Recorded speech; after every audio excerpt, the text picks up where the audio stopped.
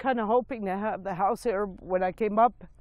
It's a moment of dread, 4 months in the making. Oh.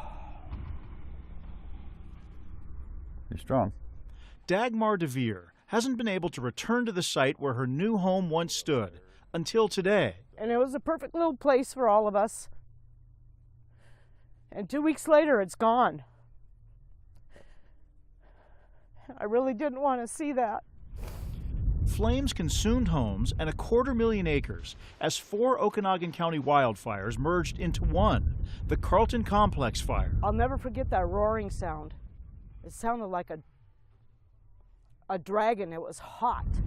The disaster forced regular citizens to grab whatever they could. This was our firefighting tool, one of them. We had 3 of these going. And turn themselves into instant firefighters. Dagmar and her husband came to the aid of friends and neighbors. In 2 days, we worked on 7 houses. 6 of the 7 houses are still standing. Very unfortunately, ours isn't. This is what remained of the Pateros home they moved into just 2 weeks before the fire. I just feel empty. The fire scorched 250,000 acres, 300 homes, people who lost everything. We've learned the state has cut only one check to one landowner. This is the invoice for a nearly $2 million payment by the state of Washington that we got through a public records request. It's money that was paid to Gebers Farms 2 months after the fire. The family-owned, century-old Gebers fruit orchard is one of the largest in the world. By all accounts, Gebers fought valiantly to keep the fire off their property. But unlike any other landowner, the state has paid Gebers back, including $209,000 to Gebers orchard employees who fought the fire, more than $680,000 for heavy equipment, and $500,000 for 4 helicopters that Gebers leased. I would have made payments for the rest of my life just to have a couple dumps of water on our house to save it. We could have saved it. But when it got here, it was way too big for us. Way too big. There was no way. What was the reason for reimbursing that company? Lauren Torgeson is regional manager for the Washington Department of Natural Resources, DNR, which cut the check to Gebers. Gebers Farms had the equipment immediately. They had the right type of equipment. They had the aircraft, those kinds of resources that, again, in the interest of the state, we entered into that arrangement. By protecting its 8,000 acres, Gebers also shielded the town of Brewster right below the orchards. And DNR says the so-called fire control payment was for Gebers' efforts on behalf of the community. They were attempting to protect not only their property, but other property as well. This satellite image from the days after the fire shows the circular red scar of burned vegetation. The green hole in the middle is mostly Gebers' property.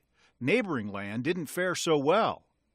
We found invoices showing the state was also billed for fire bonuses of up to $2,000 for some Gebers workers and several $100s in purchases at this Brewster Quickie Mart. The Gebers payments mark a stark turnaround from the early days of the fire, when some firefighting agencies accused Gebers of interfering with their work. They said Gebers helicopters were not communicating with their aircraft. One ground commander wrote, due to safety concerns, he pulled his firefighters out of an area where Gebers helicopters hovered, and a structure was lost. In another report, an air commander called the choppers a hazard. In the heat of the fire, there may have been a few moments where things weren't well coordinated. Then we got in touch with them, they got in touch with us, and we started to coordinate our response, which is much more effective.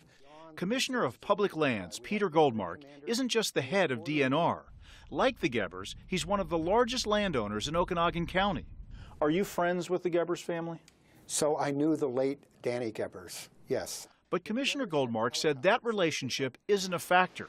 The commissioner says what did matter is that Gebers firefighting freed up public crews and equipment to fight the state's largest ever wildfire in other parts of the county. DNR's resources were stretched beyond the resources that we could supply. Managers at Gebers Farms did not respond to our repeated requests for an interview. So everybody should be on equal ground, no matter how big or small they are. This couple says what really stings is that Gebers was paid by DNR, whose crews they found staging nearby the day of the fire. 5 engine crews sitting there, And we begged them. I begged them. I got out and I begged them.